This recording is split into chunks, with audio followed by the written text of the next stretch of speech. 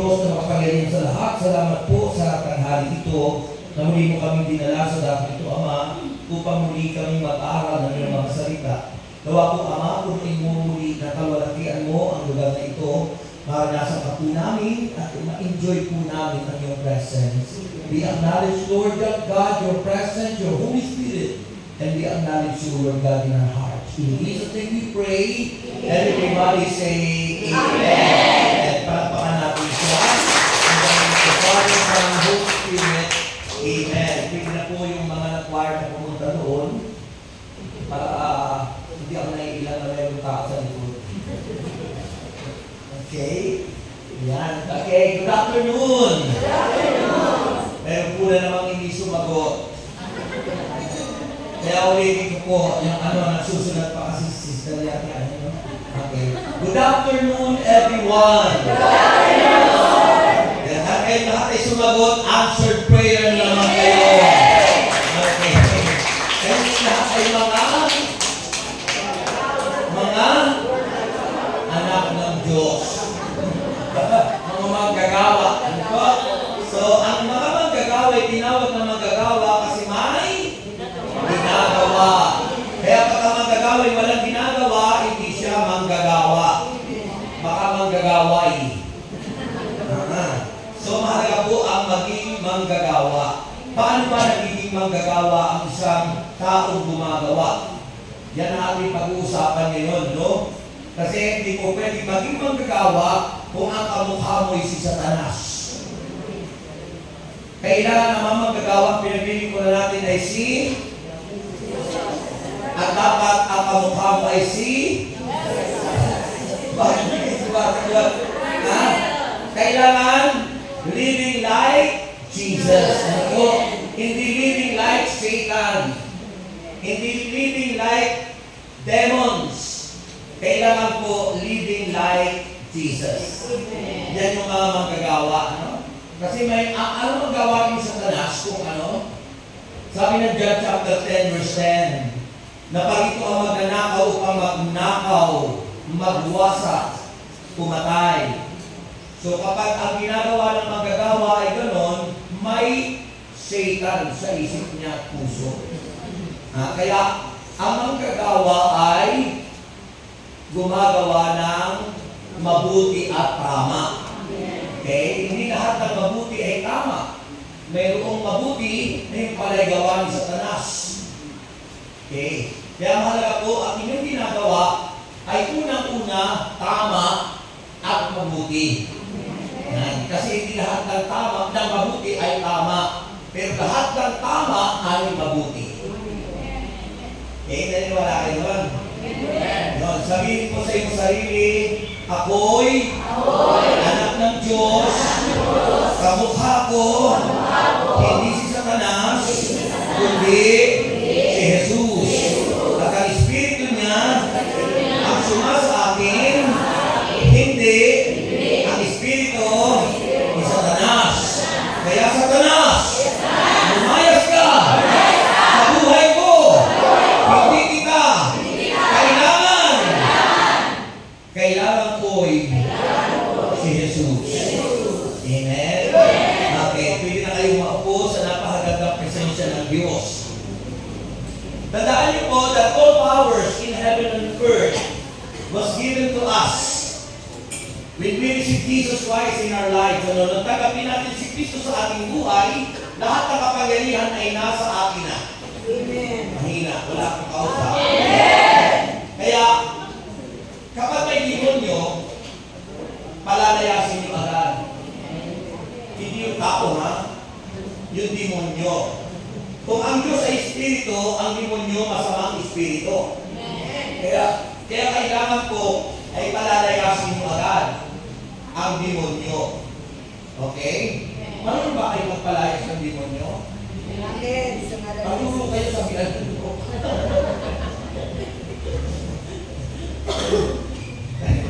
Napapaturo kayo sa biyanan nyo? Philippians chapter 2 verse 5 to 11. Basahin po natin. Philippians chapter 2 verse 5 to 11. Okay. Philippians chapter 2 verses 5 to 11. Ito ang sabi po ng banal na kasulatan. Naway magkaroon kayo ng kaisipan na tulad ng kay Kristo Jesus. Ang kaisipan niyo ba ay katulad ng kaisipan ng kay Kristo Jesus? Ha? Amen. Ito ang sinasabi ng banal na aklat. Ha? Naway magkaroon kayo ng kaisipan na tulad ng kay Kristo Jesus. Kapag hindi kay Kristo ang inyong kaisipan, ang mga iniisip ng iba ay paninira. Kapag hindi kay Kristo ang inyong kaisipan, sinisiraan mo yung kapatid. So may demonyo. So, ang sabi ng Bible, naway magkaroon kayo ng kaisipan na tulad ng kay Kristo Jesus, na kahit taglay niya ang kalikasan ng Diyos, ay hindi niya ipinagpilitang manatiling kapantay ng Diyos. Sabi, kusa niyang binitiawan ang pagiging kapantay ng Diyos at namuhay na isang alipin.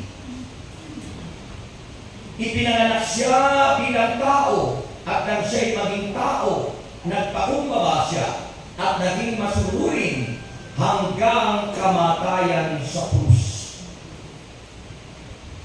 Maging ito man ay kamatayan sa krus, dahil dito siya ay lubusang itinaas ng Diyos at binigyan ng pangalan higit sa lahat ng pangalan. Sa gayon, sa pangalan ni Jesus ay luluhod at magpupuri ang lahat, ang nasa langit, nasa lupa, at nasa ilalim ng lupa. At ang lahat ay magpapahayag na si Jesucristo ay Panginoon.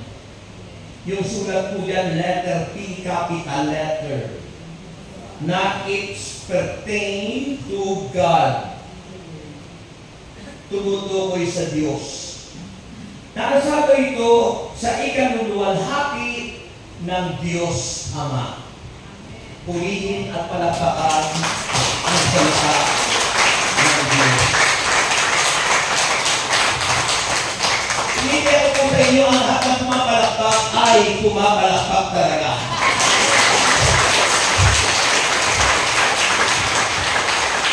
At hindi pumapalakpak, hindi pumapalakpak sa Diyos. For the glory of God. Christ-likeness, sabihin nyo.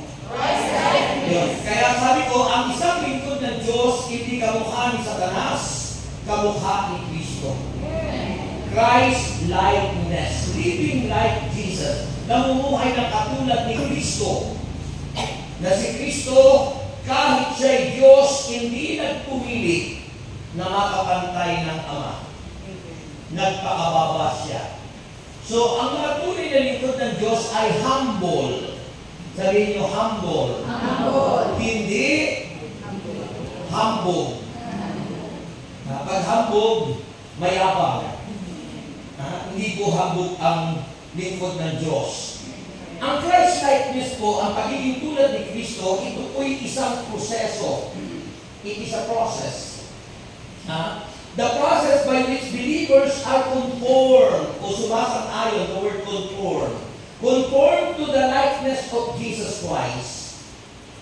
Sumasang-ayon ka, ginagaya mo, nagiging katulad ka ni Kristo, especially in relation to obedience, to and trust in God. Yung pagsunod at yung pagtitiwala sa Diyos. Kanino po kayo nagtitiwala? O sa weteng? O sa loto?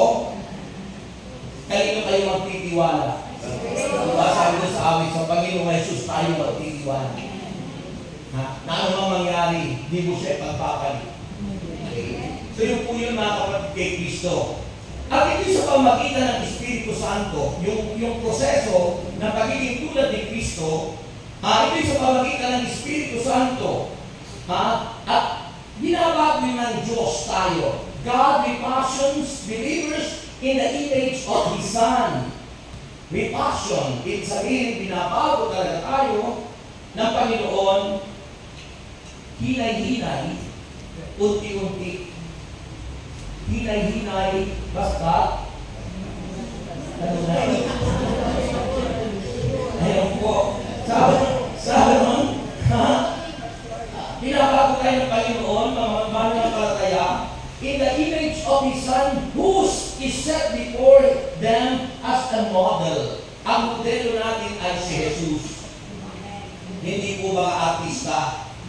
Hindi po si Vice Ganda, ano? Kumakusto si Vice Ganda, ako dumami ang ano, no?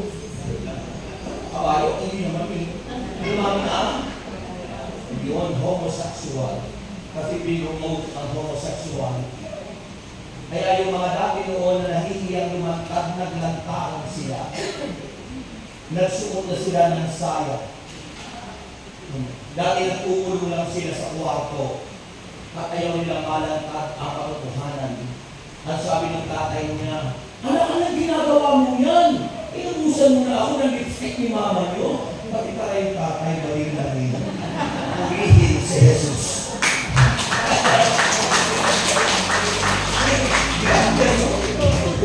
Grabe na rin mga kapatid. Hindi ko kayo mapapatawag na yan, mga kapatid.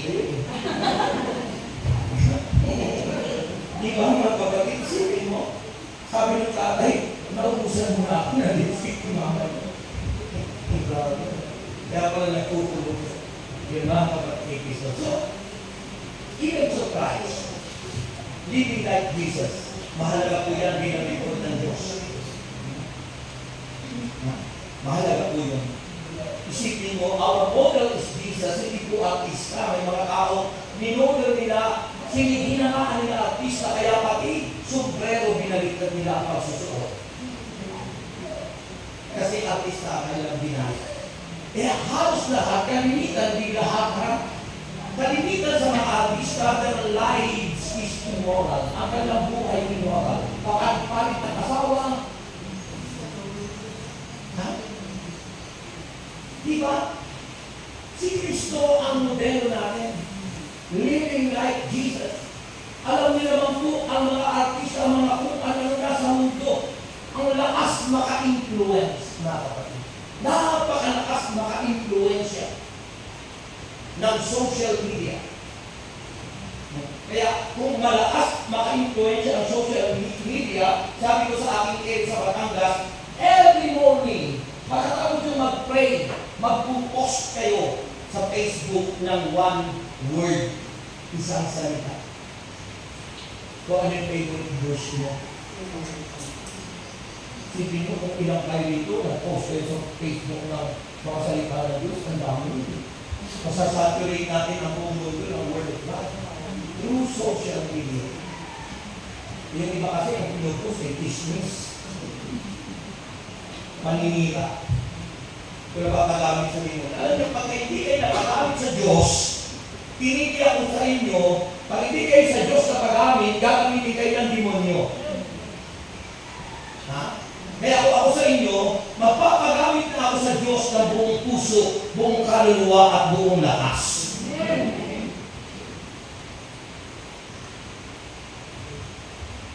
Amen? Amen po yun. Salamat sa isang pumalakpakan.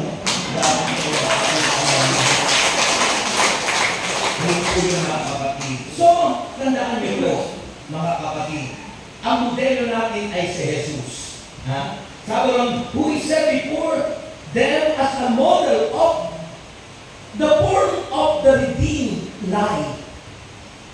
The Redeemer is Jesus. The Savior is Jesus. The only Savior ang nag-iisang tagapagligtas. At walang ibang pwede magligtas sa inyo. Even the congregation cannot save us. But Jesus Himself can save us. Purihin ang Panginoon. Grabe po ang palapak mo sa Diyos na. Nakalala ko siya iya. So, unang-unang dapat yung tandaan, number 1, hawak sa baywang.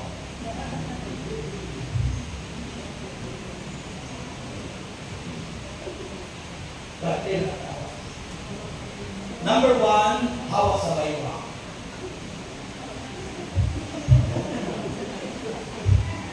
That believers, sabi ko lang hawak sa baywa. That believers are to become like Jesus. According to St. Paul, tandaan ko, yung mga protestante kung mag-preach, nasabay si Pablo, si Marcos, si Lucas, walang respeto sa mga banal. Ang mga Katolikong preacher, ang sinasabi niya, si St. Peter, si St. Mark, according to St. Paul, doon bumalata, Katolikong preacher na yan. Pero pag ang preacher ay nasasabi, ayon kay Lucas, at ayon kay Marcos, ano yung si Bumbo? You need to respect. Kasi sila mga banal, mga magtindi ang ginawa nila. They were martyr. Sila ay talaga nagpakahirap dahil po sila ay pinatay ng iba't ibang klase ng kamatayan. Kaya sila ay naging banal, santo. Kaya ano sabi ng Bible? According to St. Paul, it is arguing that believers must allow, sa aking binasa sa Philippians chapter 2, verse 5 and following, God to make them Christ-like. Maging tulad tayo ni Kristo, which is the natural goal. The natural goal, yung natural na mithiin ng Diyos para sa atin, na in-preach ni St. Paul, ay maging katulad tayo ni Jesus. Little by little every day. Yun po yung pinaka-goal. Diba? Sabi ni St. Peter, doon sa 1 Peter chapter 1 verse 15, yung mga tumawag sa inyo ay banal, magpakabanal kayo. Ano man ang inyong ginagawa? Ano man ang inyong ginagawa? Magpakabanal niya kayo. Kasi ang langit ay kamanalan. Lugar ng kamanalan. Sa langit po walang beer house. Sa langit po ay walang wedding. Kaya po, ang nais ng Diyos is kabanalan. So sabi ng Panginoon, be like Jesus. Maging tulad tayo ni Kristo. And His natural goal ay yung proseso na tayo ay lalago. No? Sabi on God to make them the Christ-like, which is the natural goal of the process of growing in faith. Growing in faith. Alam mo, nakikilala niyo ng tao kapag malago na sila sa pananampalataya. Yun dapat, yung mga taong talagang dapat kumanta na, di kita maipagpapalit sa anumang bagay dito sa daigdig. Kasi may kumakanta ng gano'n, pero pinagpapalit ng Diyos. Diba? Dami nga sumisimba eh. Nagsisimba kang linggo, pero babaero. Maraming sumisimba pag linggo, pero may kabit. Sabi ng banal na kasulatan, magpakabanal kayo. Yaman na nga tumawag sa inyo ay banal. Magpakabanal kayo. Ano man ang inyong ginagawa? Isa ng denomination natin. Diba? Kasi sabi naman ng kasulatan ay mag-iba na kayo at magbago ng isip. According to St. Paul in his letter to the Romans, chapter 12, verse 2. Mag-iba na kayo at magbago ng isip. Pero minsan, ang isipan po natin ay hindi natin binabago. Kasi ang isipan po ng tao ay battlefield. Ang ibig sabihin ng battlefield, yan po naglalaban. Yung good and bad sa isipan po natin. Kaya pag tayo lagi nag-isip ng masama, sa halip na isipin natin mabuti, yun ang nakagugulo. Yun ang nakagugulo. Isang taong palasimba, pero masama ng isip. Halos naman ng simbahan linggo-linggo. Pero isang araw na siya'y sumimba, nakita niya doon sa may likuran ng simbahan na ang daming sinampay na damit ng babae doon sa simbahan. So, ang naisip na agad niya, si Father may babae. Ang sama ng isip. Pinag-isipan agad si Father na nagbababae. Sa magkatagal-tagal na niyang binaka.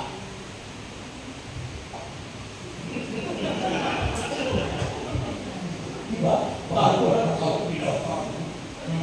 Kaya, pinag-business niya. Kaya na simbahan, dismosa. Sipin mo yun. Ganyan din isa sa gawain. Panay-adal sa gawain, lingkod ka naman ng Panginoon. Pero, dismosa. Wala naman sa ebidensya kung ano pinagkakalat niya. You are not living like Jesus. Kasi Jesus hindi ko ng business. Kaya ano po, pinagkalat na yun. Naku, ano mo siya? Mga ganun na babae, nakalap yun. Eh, nakalapin kay Pablo. Pinatawag ng babae. Nagharap sila. Sabi niya, ikaw sister, bakit ko pinagkakalat na ako ganito? Hindi ko ba alam na kaya ako na ganyan? Dahil sa liit ng connection natin lagi, tumanggap ako ng labada.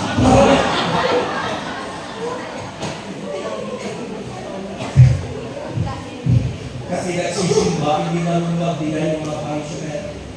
Ganyan din minsan sa gawain. Tinitipid yung gawain, kaya hindi sumasagana ang buhay. Mga lingkod ng Diyos, pero isang ang mga kamay. You are not living like Jesus. Sapagkat si Kristo yung unang nagbigay, ibigay ang sarili, inialay ang buhay para tayong lahat ay magkamit ng kaligtasan. Kung hindi natin mapagbigay si Kristo, wala tayong kaligtasan. Ngayon pala kayo pumalakpak. Akala ko hindi kayo naman pumalakpak, hindi na kayo pumalakpak.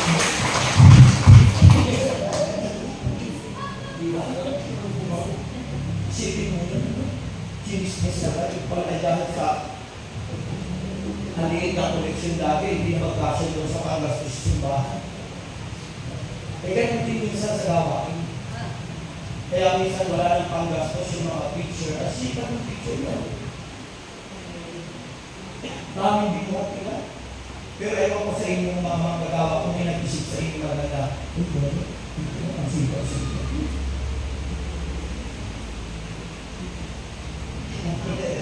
Yung pag-lingkod ng Diyos, may pusa. Yung conviction of the Holy Spirit. Patalo naman po natin, whatever you did to the least of you brothers or sisters, you did it unto me. Kung ano yung ginawa natin, sa pinakakaba natin kapatid, ginawa natin yun sa Diyos.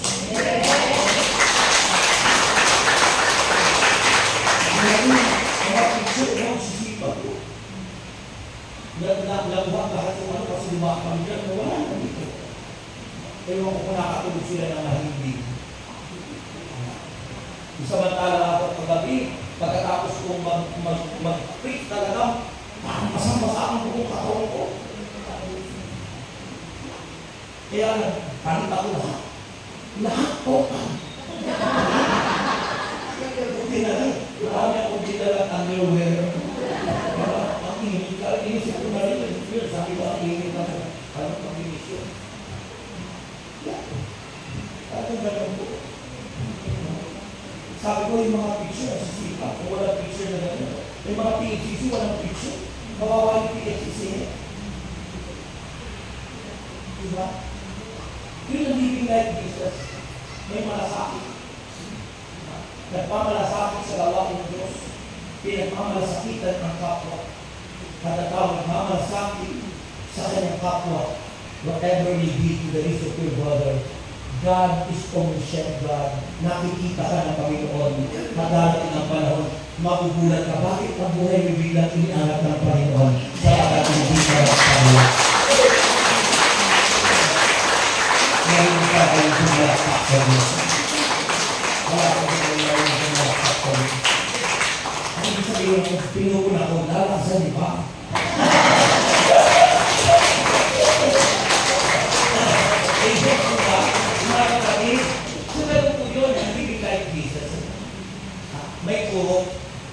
May kurok ang Panginoon sa akin. Kaya ano sabi ng palang kasulatan? Christ likeness is not achieving by people merely trying to imitate Jesus Christ. Ang pagtulad kay Kristo ay hindi yung pinagsisikapan ng gayahin si Jesus. Sabi lang, Christ-likeness is not achieved by people merely trying. Pinagsisikapan mo to imitate Jesus Christ. But, ito raw ang tama. But, by God, making believers more like His Son in sanctification through the Holy Spirit. Nagiging tulad tayo, kawamis ng Diyos, kung yung Espiritong Banal ay nasa sa iyo na. Tinanggap mo at pinahintulutan mo, siya ang tumilos at gumawa ng lahat-lahat sa iyo.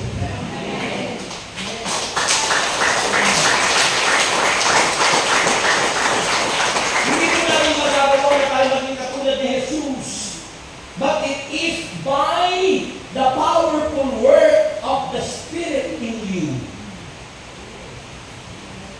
You need only to let Him to move in your life.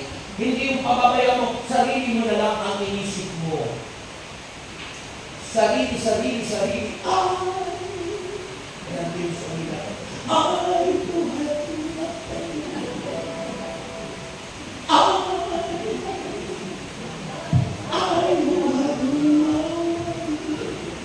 Diba yung mga tao na pride, sarili lagi, ay, ako, ang laki. Diba? In the center of the word pride is a capital I. Sarili ang tinataas. Kung hindi naman ang dahil na, hindi naman mag-i-successful yan. Kung hindi naman ako, hindi ko mag-ubuksan yung gawang yan. Kung hindi naman sa akin, wala kayo dyan. Yun, yung ang favorite song nila, ay, Tuhan natin. Diba? Sarili ang tinataas. Isabi ito, taglayin nyo ang kababaan loob ni Kristo. Yung may taglay na kababaan loob ni Kristo, sinisiraan ka na hindi ka na-break up. Sinisiraan ka na, binubukog ka na, hindi ka kumaganapin.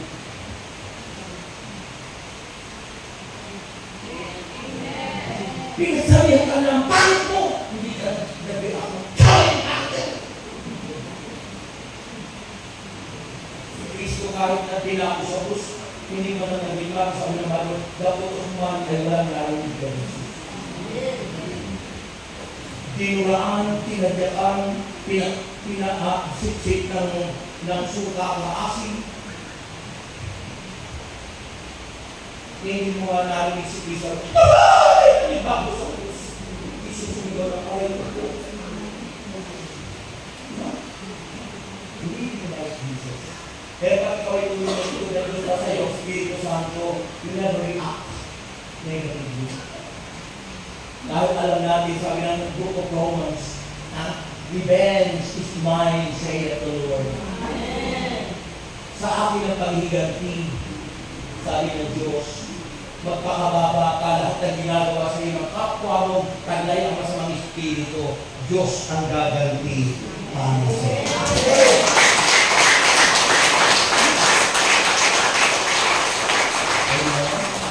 Kung baka naman hindi ka na nag-react, pero nagpuputok na yung iyong butsi na sa ano.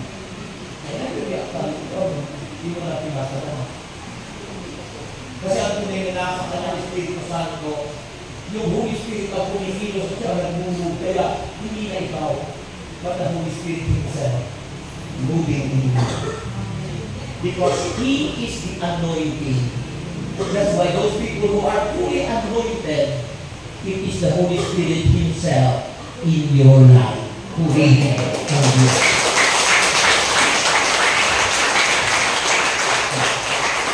Hindi yung sumunod na pagdala. Ano mang mangyari, mag-iinod sa'yo. Ano mang mangyari. O diba? Yun ang mga anointed, yun ang mga living like Jesus. Kahit anong mangyari, hindi ka mag-react. Ay, bakit yan? Kung nalatawag, ganyan, ganyan.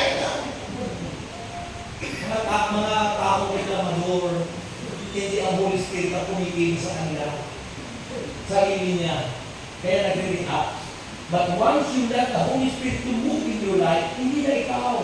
You are only used by God through the power of the Holy Spirit.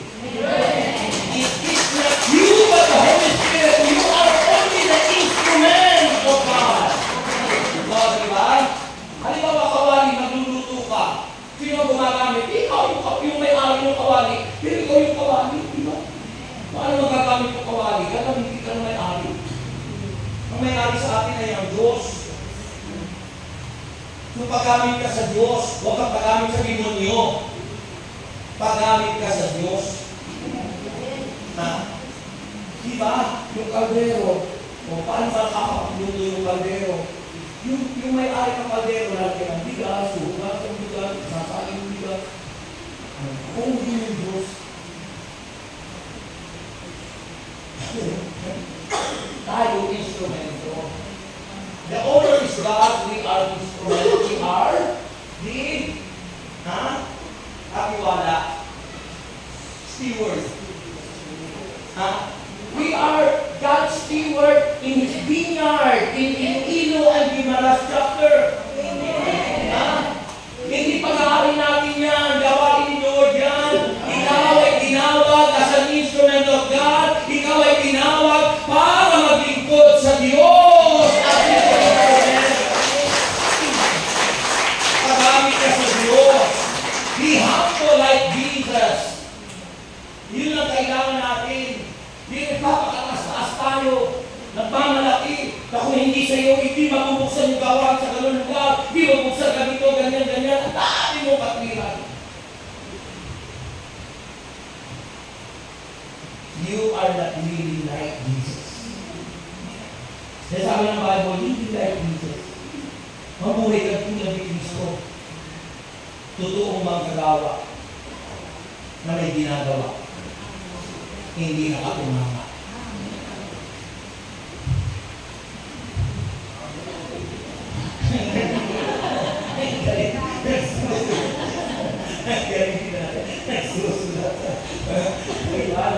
Ganun po yun mga kapatid. Okay? Ano sabi pa ng Bible? So, sabi ng Bible, but by God making believers more like His Son in sanctification. Yung pagpapakabanal. And the sanctifier is the Holy Spirit. Ang nagpapabanal sa atin ay ang Espiritu Santo. Kaya nga, ang Holy Spirit, the third person of the Trinity, yun ang iniwan sa atin kasi alam ng Diyos, we are weak. Mahina tayo. We are not like God. Limitado tayo. May limit ang ating isip, may limit ang ating gagawin, lahat may limitasyon. Kaya iniwan yung Holy Spirit para malamapot ka sa impyerno. Kaya kailangan tayo lahat bilang workers as living like Jesus, you are always sensitive to the prompting and the voice of the Holy Spirit. Pag pinakikinggan mo ang Holy Spirit, hindi ang Espiritu ng demonyo, yun ang pagpapakabanal. Sanctifier is the Holy Spirit. Isipin mo, kung hindi kaya iniwan ni Jesus yung kanyang Espiritu, paano tayo papasok sa langit? Ang papasok lang doon yung banal. Wala makapapasok doon kung may bahi-dumis. May kulugot, sabi ni St. Paul. Kaya sa ating doktrina sa simbahan, meron tayong purgatory. At yung purgatory yun ay hindi lugar. That is a state, estado, kalagayan ng isang taong may nagawang kasalanan, pero hindi naman naputol ang relasyon sa Diyos. Biglang namatay.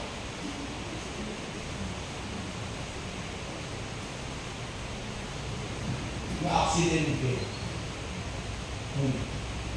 Kailangan namang makimpirano, pero kawawa kami, nagkakawa ka lang natin isang santuldo sa tabi ng bahay. Manatala sa amin ng Bible, God is a loving God. Pagkatapos ay, ang higit na ba ng Diyos mo, kung maliit na kasalanan, impirano ka kagad. Ang Diyos ay tumitingin sa gravity of our sin. Gaano kabigat ang kasalanan mong nagawa. Pero pag nagsisik at nagbalik loob sa Diyos at namatay kang bigla, langit kami. Pero kung hindi ka napagsisi dahil hindi ka handa, dahil nininegosyo mo, ang pinag-aasikaso mo yung iyong negosyo, bigla ka naman. Eh, nakaw mo yung halik o kay Udang. Kung nakaw ka naman ng halik, hindi naman nakakal. Diba? God is just. Ang Diyos po ay just in case. Patas. Mapagmahal ang Diyos. Hindi yung doctrine na ng ibang mga ano na ang higpit ng Diyos. Siyempre mo, maliit na kasalanan. Yes, that is sin. Pero tandaan yung may kasalanan ng ihumano. Unang buwan, kabanata, 5, talata, 19 niya tayo na hanggang sa mga sumusunod. Kung basahin ko lahat ng chapter na 1 John 5, mula sa verse 1 and 5, doon mo makikita katotohanan at katotohanan ang magpapalaya sa iyong questionable na pag-iisip. Amen? Kaya may Holy Spirit, nagpapabalan, the sanctifier, the role of the Holy Spirit to teach us, to guide us, to encourage us to be holy like God. Kaya ang po, bakit may Espiritu Santo? Kung wala yung Holy Spirit, sino magtuturo sa atin? Sino gagawin sa atin? Sino magpapabanal sa atin? Alam mo, mapabanal ka ng 5-6 na utak ka ng utang doon. Alam mo, mapabanal ka ng loto na tayo ka ng tayo doon.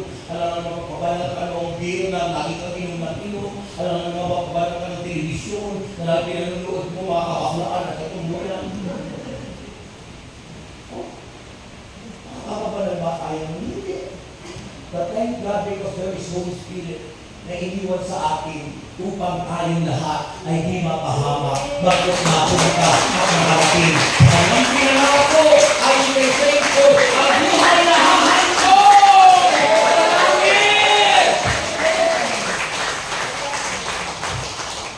Saan gusto pumunta? Sa langit, sa impyerno? Sino gusto sa langit at sa kamay? Yan, sikapin natin magpakabanal. Yan ang tumawag sa atin ay banal, magpakabanal tayo. Ano man ang inyong ginagawa? Ano man ang inyong ginagawa? Always yung ginagawa natin, it's always in accordance to the will of the Father. Eh baka naman sabihin mo, mali yung ginagawa mo, hindi alam sa kaluban ng Diyos, tapos, uy, nagpapakabanal ako dito kasi kasama ko yung kabit ko. That's wrong. You know, yung sinasabi ng mga kasulatan, ano man ang inyong ginagawa, it is yung ginagawa natin ayon sa kalooban ng Diyos. Amen. Iba yung kalooban ng Diyos. Sabi ng isang sister, Brother Rex, ituro mo nga sa akin ng ba yung kalooban ng Diyos para ako makasunod sa kalooban ng Diyos. Ano ba ang kalooban ng Diyos? Tandaan nyo ang kalooban ng Diyos ay ang kanyang mga salita. The will of God is the word of God. Ang kalooban ng Diyos ay ang mga salita niya. Na kung gusto mo masunod ang kalooban ng Diyos, masahin mo ang kanyang salita, isabuhay mo yun, gampanan mo yung salita ng Diyos. At doon nakatitiyak ka, nagagawa mo, nasusunod mo ang kalooban ng Diyos.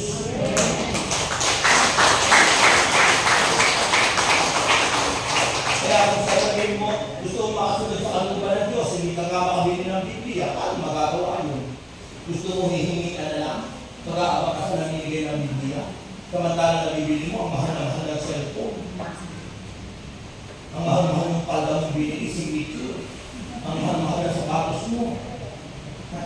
Mahal ko yan, pinamigay na po yan ng aking pizza. Dali sa guro. Lahat ng akin ibigay sa akin, sugot ko yung anniversary, bigay yung kaibigan sa pagdaan. Ito, bigay din sa akin. Lahat bigay, pag-ikot ka ng Diyos. Alam ng Diyos kung wala ka ng sapatos, alam ng Diyos kung wala ka ng damit, alam ng Diyos kung wala ka ng underwear. Lahat susukay sa iyo ng Panginoon because you are serving God. You are serving the Lord. You are serving Jesus. Hinalo na yung turo niya, living like Jesus. May conviction ka tayo, ako din mo natin sinusunod yung araw ni Jesus. Conviction ka tayo, di ba tayo umuhay living like Jesus? Kundi si Satanas ang ating ginagaya. May asawa ka, naniligaw ka. Ayaw mo magpakilala ikaw ay may asawa kasi gusto mo maligaw ka kasi saan ka mission. Mga picture na yun. Kaya ako kapag nasa mission, pinapakilala ko, ako may asawa. Dalawa yung asawa ko. Namatay na lang yung isa. Namatay yung isa. Kaya nagkakaulit ako. O diba? Living like Jesus, you are living in truth. Kapag namuhay kayo sa katotohanan ang magpapalaya sa ating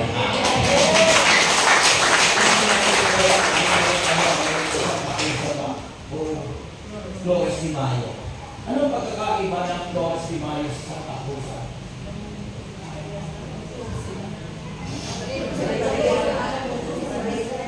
Yung Flores de Mayo, tinanggap ba yun ay buwan ng June?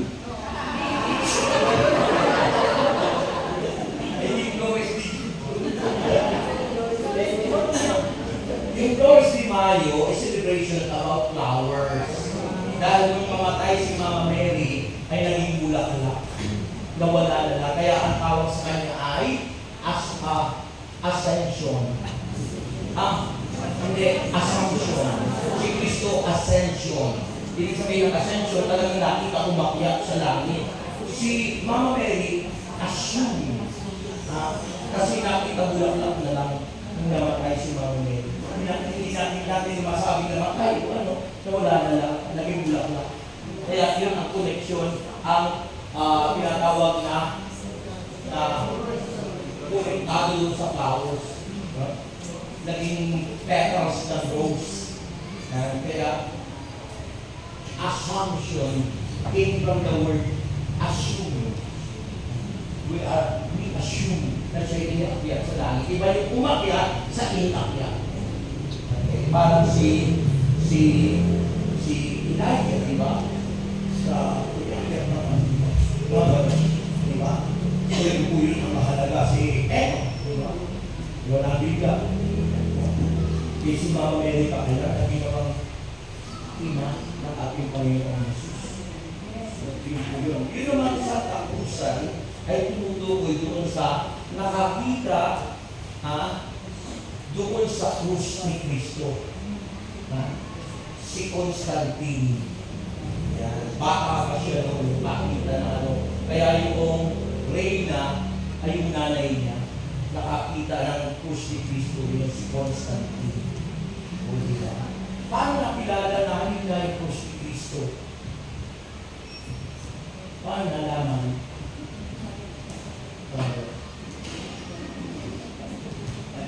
Paano nalaman na ayun yung krus ni Cristo? Kumuha ng maraming may sakit. Kumuha ng maraming may sakit, may mga bulag. Lahat ng spek karamdaman. Tapos, tatlo yung krus kasi, gusto magnanakaw na dalawa. Hindi malaman, di ba kaya ng krus? Hindi lalapit lahat doon. Nagtataka sila, yung isang krus na yun, bawang ilapit na yung sakit, lumagabi.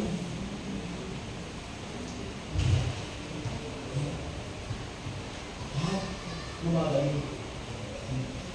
Hindi ko na nabasa dito na may ilapit na walang buhok na kabuhok.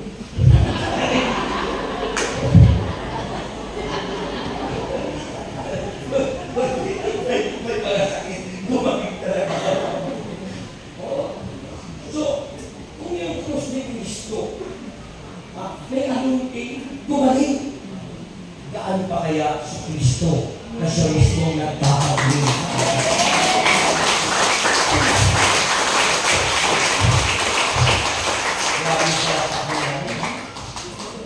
Pag-ino na ko yun, dapat yung sabihin, palakasin mo pala yun.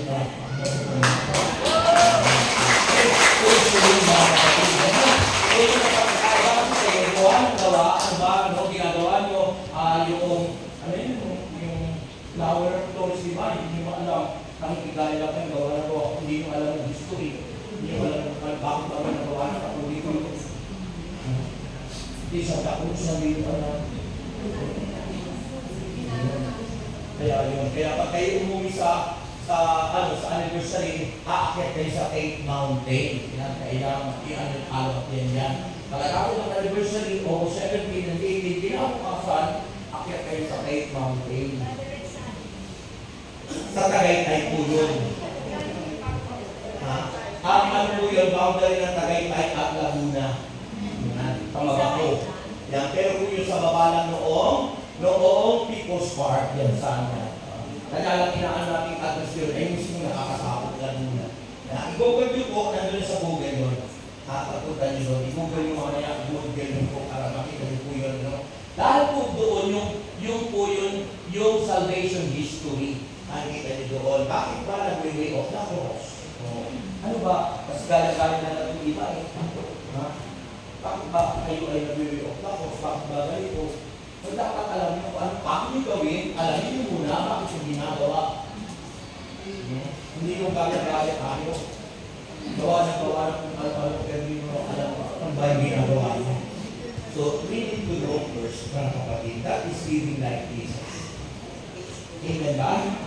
Malapit na tayo nakapos. So, sabi na dyan, chapter 13, verse 15, binigyan ko kayo ng halimbawa upang inyong tulakan. Sabi sa mga alagad, ano ba ang halimbawa ibinigay ni Jesus?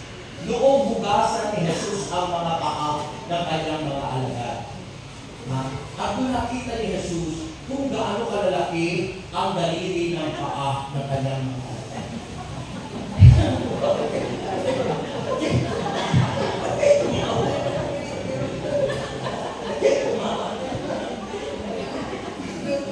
Diba? Ang mga lalaki ng daliri ng paa. So, yun po yun. Sign of humility. Kababaan ng loob. Kaya sabi ng Panginoon, after na hugasan niya ang paa ng mga alagad, sabi ron, alam niyo ba ang ibig sabihin nun? Hindi na nga po sa inyo. Sabi ng Panginoon, ganun din ang gawin nyo. Ibig sabihin, ang mga lingkod ng Diyos ay hindi nakikipag-away. Ang mga lingkod ng Diyos hindi nakikipagtalo. Ang mga lingkod ng Diyos ay nagpatakumbaba at may malasakit sa isa't isa. Amen!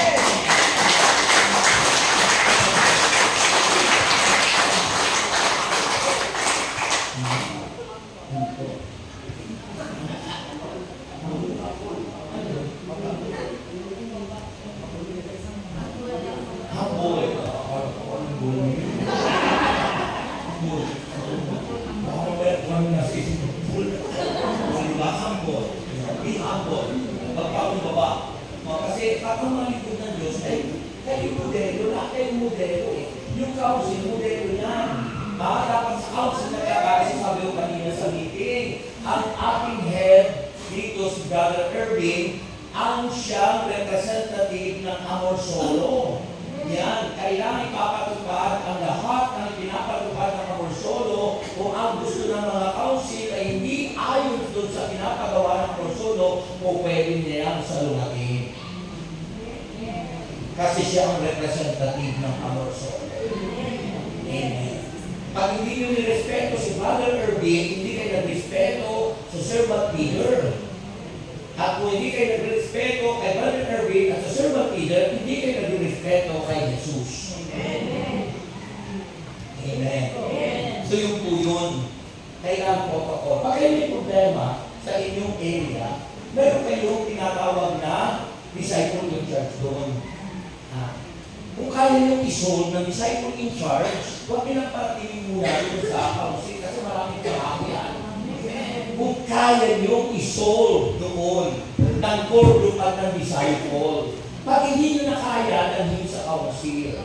Pag hindi kaya ng council, dalhin sa Amor Solo. Kami ang mag-aano doon sa council na kami part of the council. Kaka-approval yun pag yun ng aking assistant servant leader, si Paul Michael Pinate. Mahina. Amen. So yun. Kaya nga kayo may core group, kaya nga kayo may disciple in charge doon na mga naka-assign sa bawat bikaling, bawat area.